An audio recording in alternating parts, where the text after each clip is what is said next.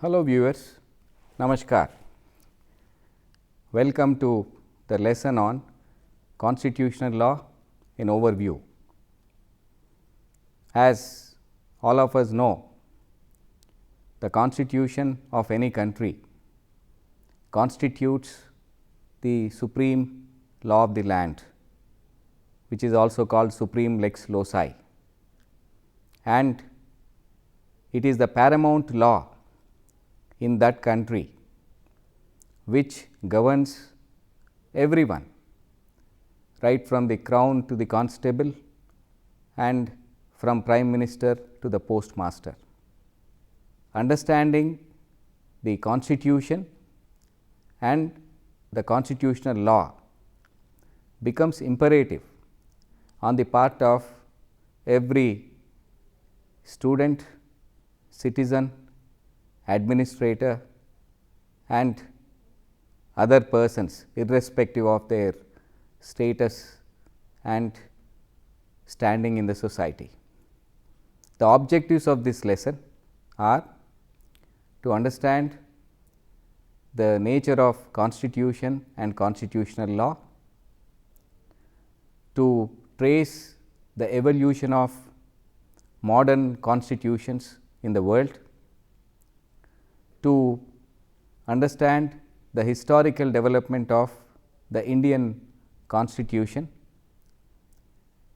to analyze the basic features of the Indian constitution, to understand the federal character of the Constitution of India, so on and so forth. First, let us understand the evolution of modern constitutions. It has already been stated that the constitution of a country is the supreme law of the land. We have come to this understanding after almost 250 years of working of the modern political constitutions. Before we try to trace the evolution of the modern political constitutions, let us understand the meaning of constitution. Constitution is the paramount law which has four primary functions. One, it creates the governments and also defines the structure, powers and functions of various organs of the state, that is legislature, executive and judiciary. 2, it defines the rights of citizens and other persons in the society. 3, it regulates the relationship of state and citizen in terms of the powers, the rights and the limits imposed thereon. And 4, it lays down the mechanism and also the procedure to enforce these rights and regulations. Therefore, every constitution assumes significance in each country. When we look at the evolution of modern political constitutions, people always refer to the US Constitution of 1787, which came into force from 1789. But much before the Constitution of United States of America was drafted and enforced, certain other countries also had the constitutions of their own, and there are many scholars who say that the Magna Carta of 1215 of Great Britain was one such constitution. Then when we come to the modern constitutions, certainly the US Constitution is the precursor to many other constitutions. For example, Switzerland came to have a constitution of its own in 1848, which was replaced by another in 1874, and recently it has got a new constitution in the year 1999. Canada, for instance, came to have its own constitution in the form of British North America Act 1867, which was an imperial legislation, and right now it is the Constitution of 1982, which governs the Dominion of Canada. Australia is governed by an imperial law in the form of the Commonwealth of Australia Act 1900. Same is the case with South Africa 1997. If we look at about 200 countries in the world, almost every country has a constitution, whether it is completely written or unwritten, completely codified or uncodified, whether unitary in nature or federal in application, and finally, whether it is rigid, that is whether the amendment is difficult, or flexible, where the amendment becomes easy. But there are constitutions for every country. This is one point which needs to be understood. Second point is that the constitutions, being the laws in the technical sense, and the laws being dynamic, which are required to take care of the changing needs of the society and the changing times, they keep on changing. Constitutions are not exceptions. The constitutions undergo many changes, therefore, they are dynamic. They continue for a long time in many cases, like the Constitution of United States of America, which came into force in 1789 and still going strong even after 230 years. That is the reason why it is called an enduring constitution. And the significance of the constitution can be understood from the fact that the constitutions are legal heirs of the past and testators of the future of a nation. They reflect what happened in the past, what led to the evolution of such constitution, and they also highlight the future of the concerned state. So, this is the importance of constitutions and evolution of modern constitutions. Now, let us discuss the Indian Constitution. Though the Constitution had come into force on 26th January 1950, its development can be traced back even to the days of East India Company. We can refer to the Government of India Act 1935, which is a precursor to the present Constitution. In turn, we can also refer back to the Act of 1919, then 1909, then to 1858, so on and so forth. And the present Constitution has been the contribution of the drafting committee of the Constitution appointed by the Constituent Assembly, which was a precursor to the Parliament of India.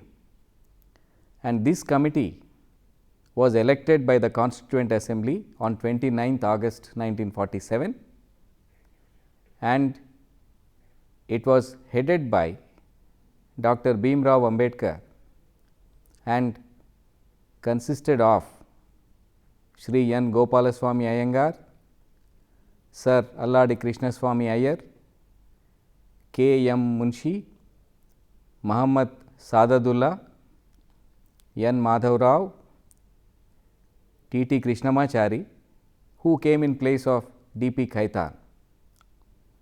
Sir Benegal Narsingh Rao, popularly known as Sir B.N. Rao, was the constitutional advisor to the drafting committee.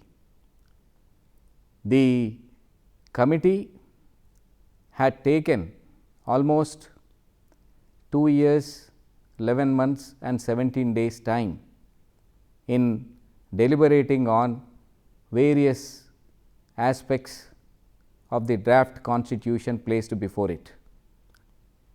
Dr. B. R. Ambedkar, in his famous speech delivered on 25th November 1949, categorically states that there were 11 sessions of the Constituent Assembly consuming 165 days, and out of these the Assembly spent 114 days for consideration of the draft constitution. The net result is the constitution, complete in all respects and adopted by the Constituent Assembly on 26th November 1949, which is now celebrated as the Constitution Day for the last about 5 years. This is as far as the making of the Indian Constitution is concerned. Now, let us try to understand the distinction between Constitution and constitutional law. The Constitution is a political document. Therefore, it consists not only of the text, but also the context of the political dimensions of making the Constitution and its application. Therefore, if any social science student, including a student of political science, deals with the Constitution, it is more in the capacity of a political document. When we come to the constitutional law, it denotes the legal and judicial interpretation of the Constitution, the issues which arise on application of the Constitution to a given situation. Therefore, it is not only the text which has to be understood in the form of constitutional law, but also the interpretation and the analysis of various doctrines, precedents, conventions, so on and so forth. Any student can acquire authority over the Indian constitutional law by resorting to certain steps. One has to understand the evolution and historical perspective of the Constitution.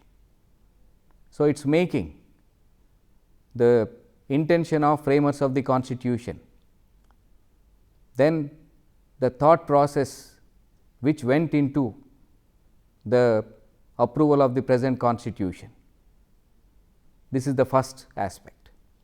Coming to the second, one has to understand thoroughly the significance of preamble to the Constitution of India, which is described as a mirror which reflects the aspirations of the makers of the Constitution, as a key to open the mind of framers of the Constitution, which is regarded as a tool for interpreting the Constitution. Be that as it may, the preamble in brief reflects what all the Constitution of India stands for.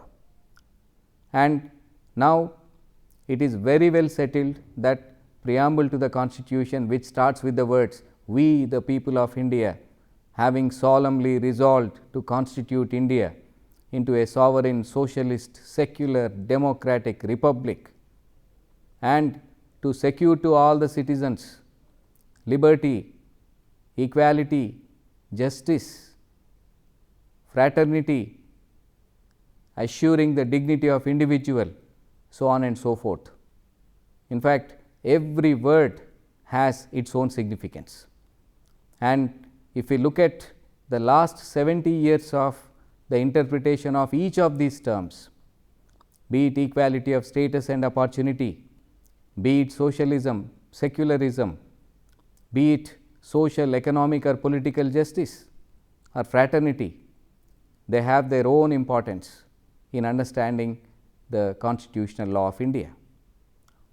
The third factor which should be kept in mind in understanding the Constitution of India is to assimilate the organization of the Constitution, like how the articles which are the major divisions, originally 395 articles were there, and today after so many amendments, mathematically speaking, there may be a little over 450 articles.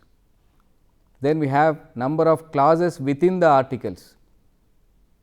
Some articles may not have any clauses, other articles have number of clauses. For example, article 12 which defines state may not have any clause, but when you look at article 15, today you have as many as 6 clauses. Article 16 also has as many as 6 clauses. So, one has to understand the import of all these clauses. Similarly, the various parts and lastly the schedules. Originally we had 8 schedules and today there are 12 schedules. The fourth thing which we need to understand about the constitutional law is the interpretation and analysis of different provisions of the Constitution. This can be effectively done by referring back to the discussions that took place in the Constituent Assembly as far as the draft Constitution is concerned. They can be seen in the form of Constituent Assembly debates published by Lok Sabha Secretariat, and very fortunately almost all the debates are available freely today online. It is easy to go through them. Similarly, one can also refer to the wonderful book written by B. Shiva Rao, Framing of the Indian Constitution, in different volumes. Another famous book, Indian Constitution, Cornerstone of a Nation, by Granville Austin, are some of the major works which give us lot of inputs about the making of the Indian Constitution. The next point to be kept in mind for a better understanding of the Indian constitutional law is to understand the evolution as well as application of relevant doctrines by the judiciary. In fact, it is the application of these doctrines that makes the chief distinction between the Constitution and constitutional law.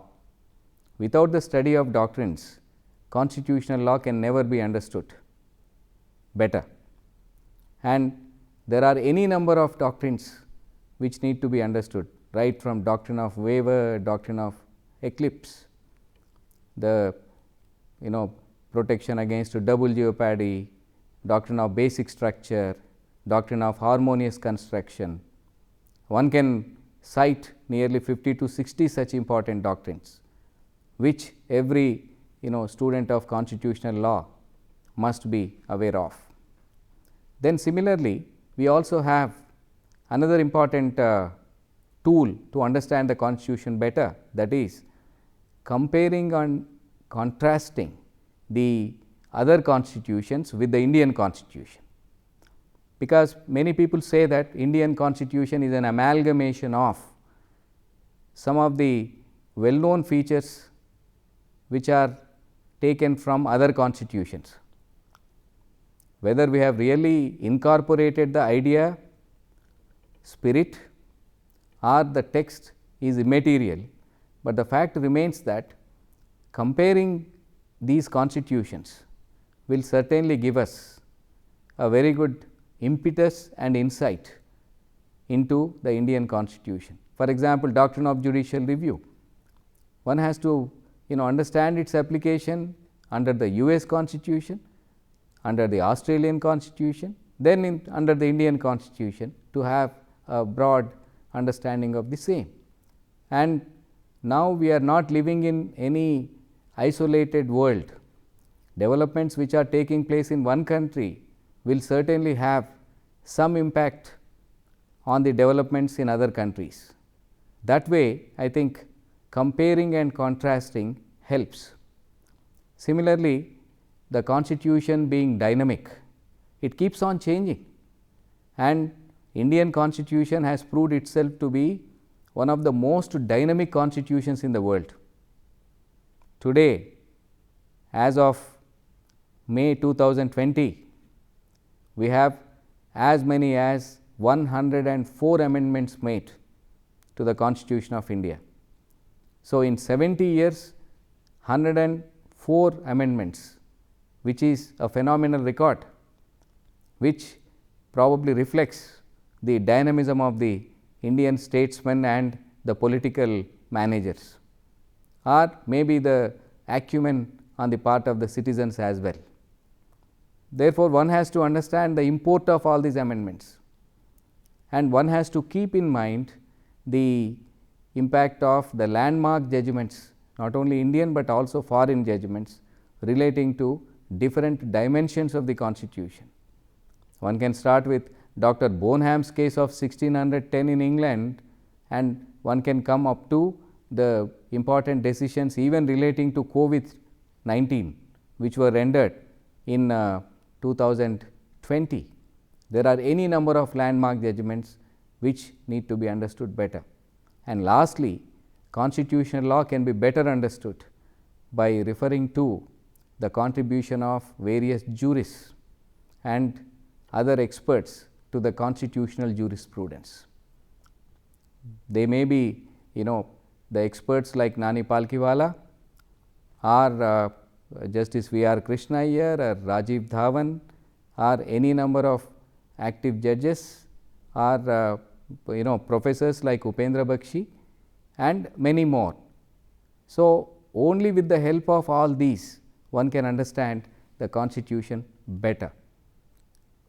Then coming to the next important component of the Indian constitutional law, one has to be aware of the salient features of the Constitution of India. Though this class is not meant for giving a detailed explanation on all these salient features, we shall try to understand about 10 such features, the understanding of which makes the analysis of the Indian constitutional law better. The first feature is longest written constitution in the world. There is no other constitution which has such a great length and size as India. 395 articles and 8 schedules in 1950 when it came into existence, and today there are about 460 articles and 12 schedules. And when it is compared to the US Constitution, which has only 7 articles and 27 amendments, there is no comparison at all. But maybe the socio-political and historical landscape of one country varies from those of other countries. So, India has the largest written constitution. Second, India is a sovereign, socialist, secular and democratic republic as envisaged by the Constitution of India 1950. It is sovereign not only internally, but also externally. It is socialist, though the word socialist in the preamble to the Constitution will not give any power to any citizen to compel the government to follow only socialistic pattern of economy. Nonetheless, it was one of the objectives added by way of 42nd Amendment 1976. Secular, the word secular was also added by the 42nd Amendment 1976, though in spirit Indian Constitution has been secular in all respects right from 1950. It is a democratic republic. So, democracy is one of the basic features of the Constitution, and it is a republic. We do not have any ruler who inherits the position of head of the country. It is only an elected head like the president who rules us. So, it is sovereign, socialist, secular, democratic republic. Indian Constitution follows the parliamentary system of government, borrowed from the Westminster model in United Kingdom, and the concepts like the collective responsibility of Council of Ministers to the Lok Sabha, that is the lower house of parliament, then the concept of the Prime Minister and the Council of Ministers being the de facto government as compared to de jure head of the state, that is the President, and similarly the other features make the system of government in India parliamentary, which is better suited to the Indian conditions. Indian Constitution aims at a federal structure, though in practice what we have today is partly federal and partly unitary. Indian Constitution guarantees, recognizes number of fundamental rights, the rights which are inherent, which are unalienable and which cannot be waived. As far as articles 12 to 35 are concerned, they guarantee 6 fundamental rights explicitly: right to equality, right to freedoms, right against exploitation, cultural and educational rights, then the right to constitutional remedies. In between, we should not forget right to freedom of religion under articles 25 to 28. So, there are 6 fundamental rights guaranteed by the Constitution, and these fundamental rights are available to all the citizens. Some of them are available only to the citizens, and some of them are available to citizens as well as other persons. So, that includes even the foreigners. Such rights include right to life and personal liberty, right to freedom of religion, then right to equality under article 14, so on and so forth. And in fact, fundamental rights have been the subject matter of extensive interpretation by the higher judiciary since 1950, during the last 70 years. Then we also have the social, economic and cultural rights in the human rights jurisprudence, guaranteed as directive principles of state policy in part 4 of the Constitution, dealing with the long term objectives of the state, that is the government of India and government of states. And the concept of directive principles taken from the Irish Constitution is very much unique and also practicable, because the directive principles are not made deliberately justiciable, that is enforceable in a court of law against the state. So, they are the obligations of the state which have to be fulfilled depending on various factors, maybe social, economic, cultural and other factors. And if we can make an audit of directive principles of state policy today, majority of these directives have been already implemented, and some of them in fact they need to be implemented in the near future. We also have fundamental duties. The fundamental duties which are imposed on the Indian citizens were not there in the original Indian Constitution of 1950. These fundamental duties were added for the first time by virtue of 42nd Amendment 1976, and 11th fundamental duty regarding the right to free and compulsory education of children between 6 and 14 years was added by 86th Constitutional Amendment 2002. And these fundamental duties are not enforceable per se by themselves, unless there is an enabling legislation. So, today people are talking about the constitutional patriotism, about the duty to protect the public property, duty to protect the environment, the ecology, so on and so forth, because all of them are the fundamental duties of every citizen under Article 51 capital A of the Constitution. Then we have the judicial system, which is independent. So, we have in fact higher judiciary in the form of Supreme Court and High Courts, in the form of 1 Supreme Court and 24 High Courts. Then we also have the subordinate judiciary, which comprises the civil judiciary and also the criminal judiciary. Sometimes both of them are supplemented by the special courts constituted under a special law for a specific purpose. And in fact, about the lower courts as well as higher courts, we have in fact other lessons which explain the concepts much better. Then we have the emergency provisions taken from the German Constitution, and the emergency provisions are primarily meant for dealing with emergency situations like the war, external aggression, armed rebellion in the case of national emergency, to deal with a situation of failure of constitutional machinery in the state in the case of state emergency, and to tackle a situation relating to the threat to financial stability of the country with regard to financial emergency. All these provisions are mentioned from articles 352 to 360.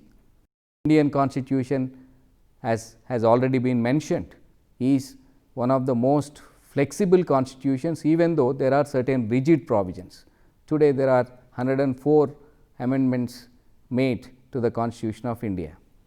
Then coming to the federal features, I already mentioned that India is a federal constitution, though there are certain unitary features. The federal features can be seen in the form of written constitution, rigid constitution, because out of 104 amendments, there are many amendments which required special majority in the parliament and ratification by half of the state legislatures. Then we have the division of powers, administrative powers, legislative powers, financial powers, even judicial powers. Then we have an independent judiciary, like the courts exercising the power of judicial review, then power to punish for contempt of court. Then again, now they have retained or in fact assumed for themselves the power to even recommend appointment of the judges of the Supreme Court and High Court through a self created collegium system since 1993, and the judges have security of tenure. Impeachment is almost a very difficult process, except on 2 grounds, and Indian record is neat and clean. Nobody has been successfully impeached yet. And lastly, supremacy of the Constitution. The Constitution contemplates its own supremacy, not the supremacy of the parliament or executive or the judiciary. So, when we look at the Indian constitutional law, to conclude, we can mention that it is one of the most interesting and fascinating aspects as far as the development of constitutional law is concerned. Though the Constitution is only 70 years old, it has witnessed number of challenges, number of threats, and it has withstood all those tests, and sometimes people get surprised as to how the Constitution still retains its original character in spite of all these threats and challenges. Probably it is the inner strength of the Constitution which helps the Constitution survive all these challenges. Dear viewers, the discussion we have had till now probably must have enlightened some of the important aspects relating to the Indian constitutional law and its development. We shall meet in the next class to understand the other aspects of constitutional law and other related laws. Thank you.